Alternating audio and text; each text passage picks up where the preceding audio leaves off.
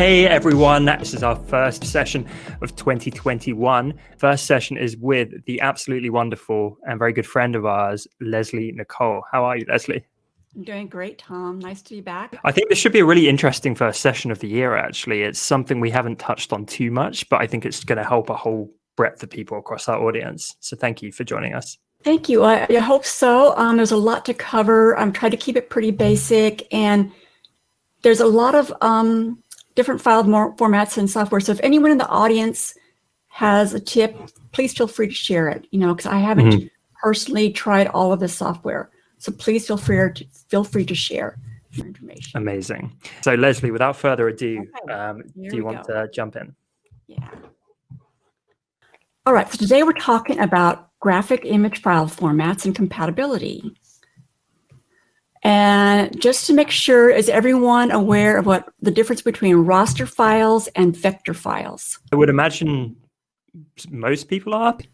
Yeah, so very quickly, you probably already know this, but very quickly, raster files are made up of pixels. The files are resolution dependent, meaning the ability to scale up is limited to the pixel dimensions, resolution output. Okay, so it's basically photography is all raster. Raster can be used for drawings, line art, and topography, but the result will be raster and not infinitely scalable like vector files. And with vector files, it's a format that's a mathematical format based on points and lines and can be infinitely scaled up. And it's great for illustrations, logos, line art, charts, graphs, and typography.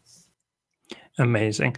Going over this information was really interesting for me because, in preparing for this session, so I've been doing digital imaging for about almost 30 years.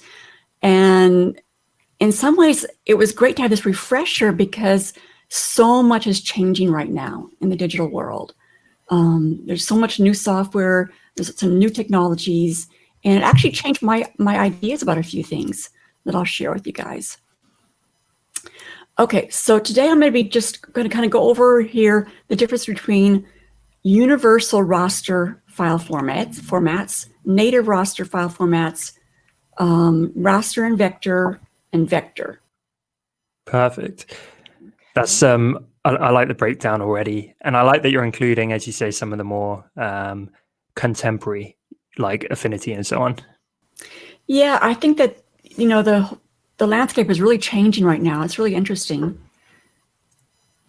Okay, so first we're going to talk about universal raster graphic formats, and these are file formats that pretty much any graphic software will be able to open these formats, open and save these formats. They are also really good formats for archival purposes because you won't have to worry about backwards compatibility 5 years from now. For instance, and I'm not very good at this, I have to admit, with your Photoshop files, it's a good idea to save a copy in JPEG or TIFF. Even if you have layers, also save a copy as TIFF afterwards for archival purposes, just to make sure, 10 years from now, you can open those files. So let's do a quick, now, also the other thing to think about with these 4 file formats is that it's usually because you need some kind of compression that you're going to be using one of these formats. Oftentimes, you need to compress it for one reason or another. And there's 2 different kinds of compression.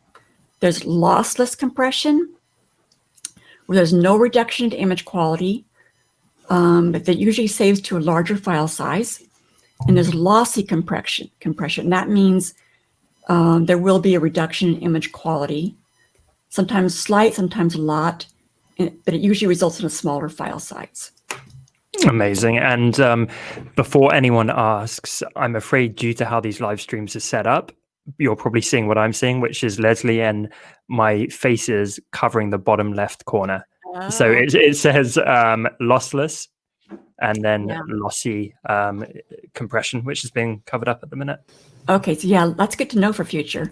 Yeah, lossless compression means there's no change in image quality. If you save to that format, you're not losing any information at all. It's able to compress. I don't understand just how it works exactly, but it kind of saves it in a different format where it doubles up information so that the information's all there, just arranged differently. And lossy compression means there is some reduction in image quality, especially if you resave and resave. So the first format is GIF, and there's a huge controversy over whether that's pronounced GIF or GIF. I've always heard GIF, and the creator of it says it's GIF. So whichever one you want to call it, GIF or GIF is fine. It's considered to be a lossless compression, but within the parameters of the format. GIF is, I'm going to get into that more as we go on, but it's basically a format that's best for very simple graphics with large areas of color and few colors. And I'll get into these more on the next slides. And then there's ping, which is a lossless compression that you don't lose any quality with ping. Oh, another thing that's good to note about these formats is the transparency. GIFs support transparency, ping support transparency, JPEGs do not support transparency, and TIFFs do support transparency. Perfect.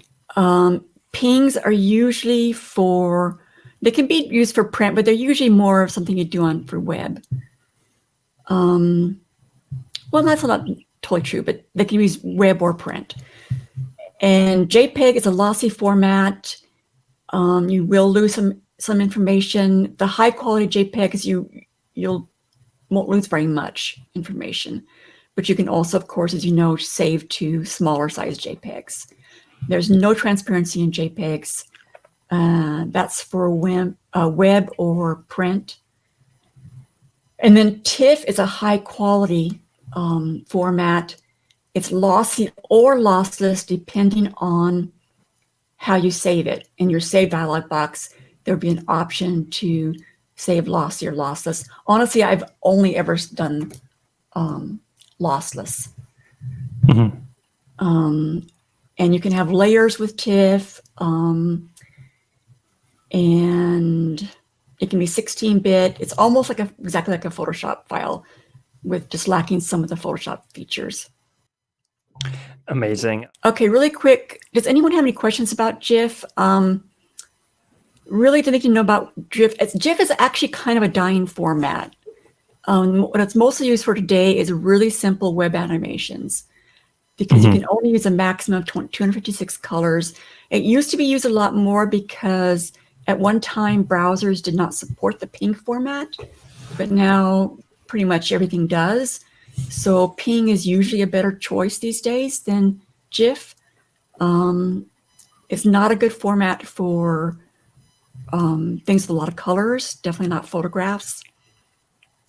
Okay, so ping is lossless, it's no reduction in quality.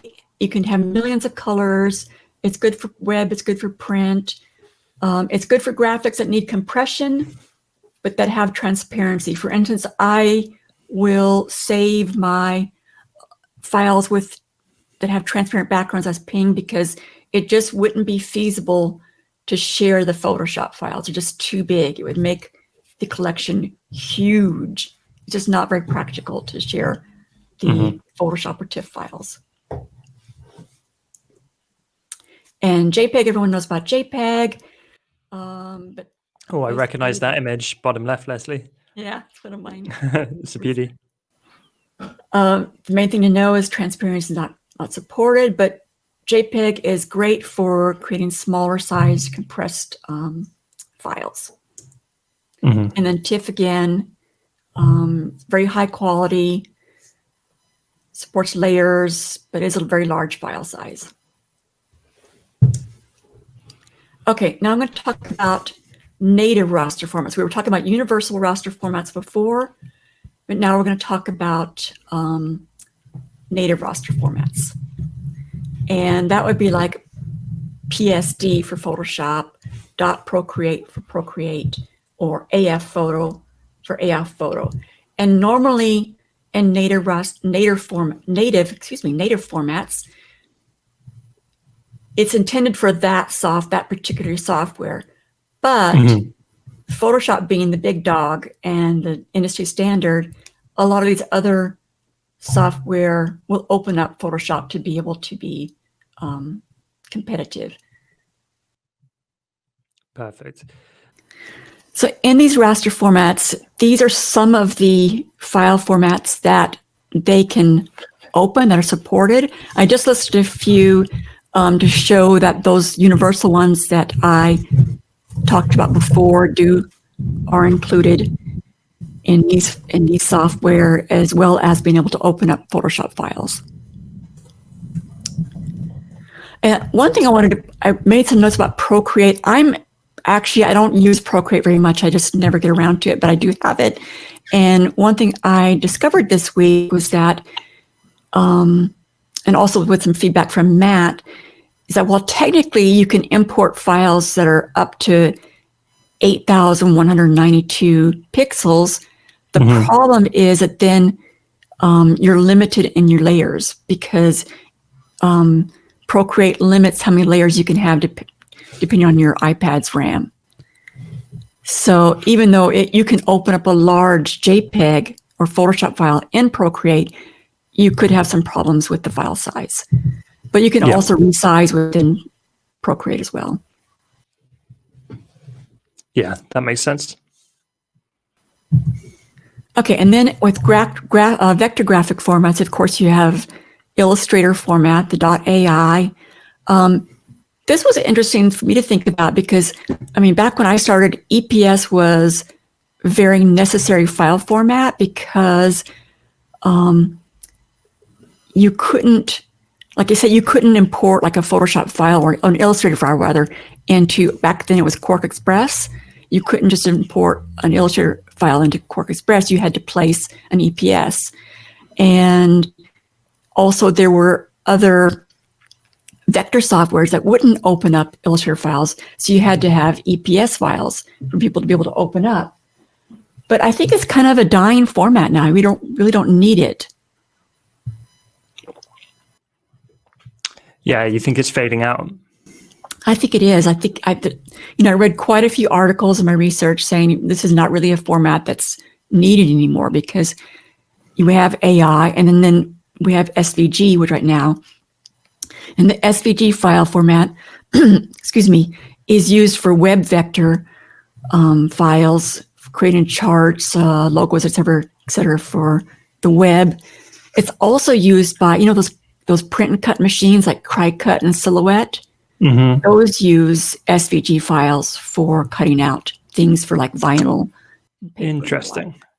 An interesting use of SVG that I've seen is increasingly it's used for things like icons on websites, because you're basically the icons are actually a SVG font, but because it's an SVG font, it's scalable. And there's and it's so lightweight compared to having images, and so essentially it's like just an icon-based font where the symbols are characters. Yeah, and it's important now too to have that scalable vector for mobile phones and for different resolution screens, different applications. Apparently, I don't really do any web vector myself, so I'm kind of just going off what I've read. But apparently, it's used quite a bit now. Yeah, it is. And I am definitely not a coder, but to my knowledge, it is really about how flexible they are and how lightweight they are in terms of file size and load times and so on. Yeah, from what I was reading, they're really used a lot in UI and, so. And a quick little note that you might be able to see on my screen is that you can place raster images in Illustrator. EPS can have raster as well, but they won't be editable in that software usually. Depends on the software actually, but and they won't be scalable the same way vector elements are. So you can place raster within vector software, but it won't act as vector. Great. So that was it for my actual files. And I'm going to go back to this kind of general slide here. Is it possible to work with Procreate files on Illustrator and vice versa? Okay, this is not my specialty. I've never done it myself. I did put an answer to Nita that Lisa Glanz actually has a class on this, on using Procreate and Illustrator together, if you want to check that out in Skillshare. But from what I've read, you can save Procreate files as Photoshop, and you save it and make sure that you have all the layers turned on. This is from Lisa Gland's tip, by the way. Give credit to her.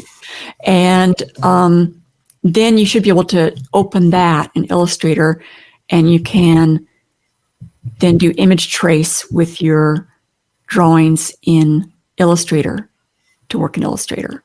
Okay. And I'm not sure about going back the other way. I would assume you'd have to save it as a Photoshop file or a TIFF file, which you'd lose the vector aspect of it if you went back to Procreate. So probably you'd want to just start sketching in Procreate and take it into Illustrator and create everything vector from there. Thank you for clarifying that. Which one of these is the best quality? Am I right in thinking it depends on the usage? Because one might be very good quality for one purpose, but it would be a horrendous choice for another. Oh, definitely. I mean, like if I was working on a high quality museum photograph, I'd want to use Photoshop or Affinity Photo. You know, I haven't used it, but I've heard it's quite good. It's professional level. So I would say those two would be your best choices for like a super high quality photograph. Whereas if you're creating vector art, you want to use, you know, Illustrator, or, I mean, really, because vector art is vector, you could also use, you know, Fresco or Illustrator on the iPad or some of these other draw. There's also AFDESIGN you could use. Perfect. We got another question that says, could Leslie explain a bit more about transparency supported? I'm going to open up something real quick to show you how I used, when I would use transparency. And I'm going to go down real quick to open up some files. When I make my overlays, for example, this is in Photoshop now.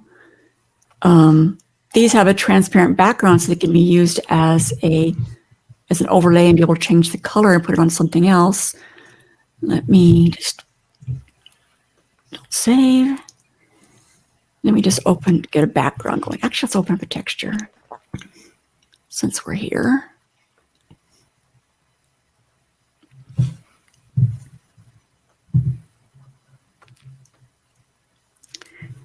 Okay, so I need to save things with transparency in my collections.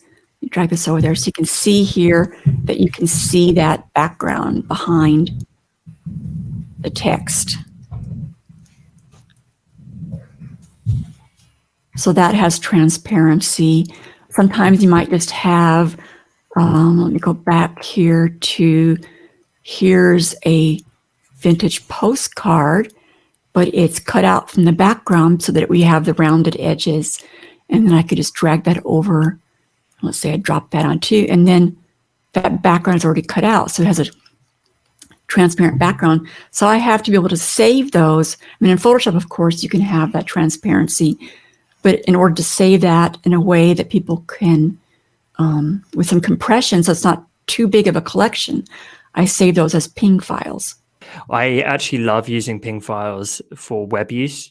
So when you're playing with things like logos, for example, because often you might actually want to tweak the background colors or something. And it's such a pain if you're working with a JPEG and suddenly it just gets this horrible outline. So I love the flexibility of transparency for web. Right, definitely for web as well. What is the difference between JPEG or, well, JPG and JPEG? And are they interchangeable? That's a good question. The JPG is the file extension. And from what I understand, I mean, tell me if you guys think I'm wrong, but JPEG, it just kind of makes more sense. JPEG to how to say it. It's like how you say it.